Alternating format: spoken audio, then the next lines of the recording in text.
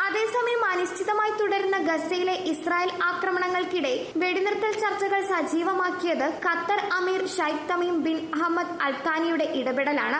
വിവിധ തലങ്ങളിൽ മധ്യസ്ഥ ചർച്ചകൾ പുരോഗമിക്കുന്നതിനിടെ അമീർ തിങ്കളാഴ്ച ഹമാസ് നേതാക്കളുമായി ലുസൈൽ പാലസിൽ കൂടിക്കാഴ്ച നടത്തിയിരുന്നു.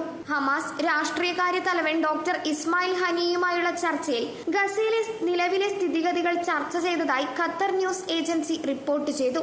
ഗസയിലെ ഇസ്രായേൽ ആക്രമണം ആരംഭിച്ച ശേഷം ആദ്യമായാണ് ഖത്തർ അമീർ ഹമാസ് മേധാവിയെ കാണുന്നത്. ശാശ്വത വെടിനിർത്തലിനായി ഖത്തർ നടത്തുന്ന ശ്രമങ്ങൾ അമീർ വിശദീകരിച്ചിരുന്നു. 1967 അതിർത്തികൾ പ്രകാരം സ്വതന്ത്ര പലസ്തീൻ നിലവിൽ വരണമെന്ന ഖത്തറിന്റെ നിലപാടും അദ്ദേഹം വ്യക്തമാക്കി. വെടിനിർത്തൽ ചർച്ചകൾക്കായി അമീർ ചൊവ്വാഴ്ച ഫ്രാൻസിലേക്കും യാത്രയായിരുന്നു. ഫ്രഞ്ച് പ്രസിഡന്റ് ഇമ്മാനുവൽ മാക്രോണുമായി നടത്തുന്ന കൂടിക്കാഴ്ചയിലെ മുഖ്യ വിഷയവും ഗസയിലെ വെടിനിർത്തലും ബന്ദികളുടെ മോചനവുമായിരിക്കും.